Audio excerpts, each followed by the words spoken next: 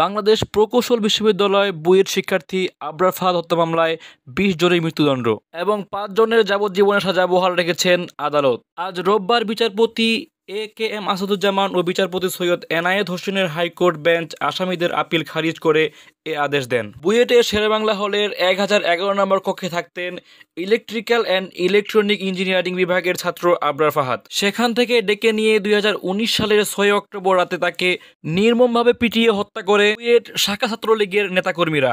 সেদিন দিবাগত রাত ৩টার দিকে হলের সিঁড়ির করিডোর থেকে তার মরদেহ উদ্ধার করা হয়। এই ঘটনায় আবরারের বাবা রাজধানীর চকবাজার থানায় হত্যা মামলা করেন। মামলাটি তদন্ত করে বুয়েটের ২৫ শিক্ষার্থীর বিরুদ্ধে ২০১৯ সালের ১৩ নভেম্বর পুলিশ আদালতে অভিযোগপত্র জমা দেয়।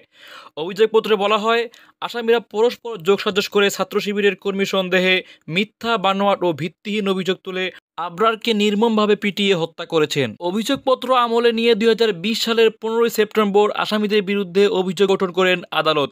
মামলায় ২০২১ সালের ৮ ডিসেম্বর রায় দেন ঢাকার দ্রুত বিচার ট্রাইব্যুনাল। এই মামলায় বিচারিক আদালতের রায়ের পর কারাগারে থাকা দণ্ডিত ব্যক্তিরা কারা কর্তৃপক্ষের মাধ্যমে জেল আপিল ও আপিল করেন। ধারাবাহিক শুনানির পর প্রত্যেকে দোষী সাব্যস্ত হওয়ায় ২০ জনের মৃত্যুদণ্ড ও ৫ জনকে যাবজ্জীবন কারাদণ্ড বহাল রেখেছে আদালত। মৃত্যুদণ্ডপ্রাপ্ত আসামিরা হলেন মেহেদী হাসান রাসেল, মোহাম্মদ অনিক সরকার, মেহেদী হাসান রবিন, ইফতি মোশাররফ সকাল, মোহাম্মদ মনিরুজ্জামান মনির, মোহাম্মদ মেফতাহুল ইসলাম জিয়ন, মোহাম্মদ মাজেদুর রহমান মাজেদ, মোহাম্মদ মুজাহিদুর রহমান খন্দকার, তাবাক্কারুল ইসলাম তানভীর, হুসাইন আহমদ তোহা, মোহাম্মদ শামীম বিল্লাহ, এএসএম নাজমুস সাদাত, মোর্শেদ অমর্ত্য ইসলাম, মুনতাসির আল জেমি, মোহাম্মদ শামসুল আরিফিন রাফাত, মোহাম্মদ মিজানুর রহমান, এস.এম মাহমুদ সেতু, মোর্শেদুজ্জামান মণ্ডল জিসান, এহতেশামুল রাব্বি তানিম ও মুস্তফা রাফিদ।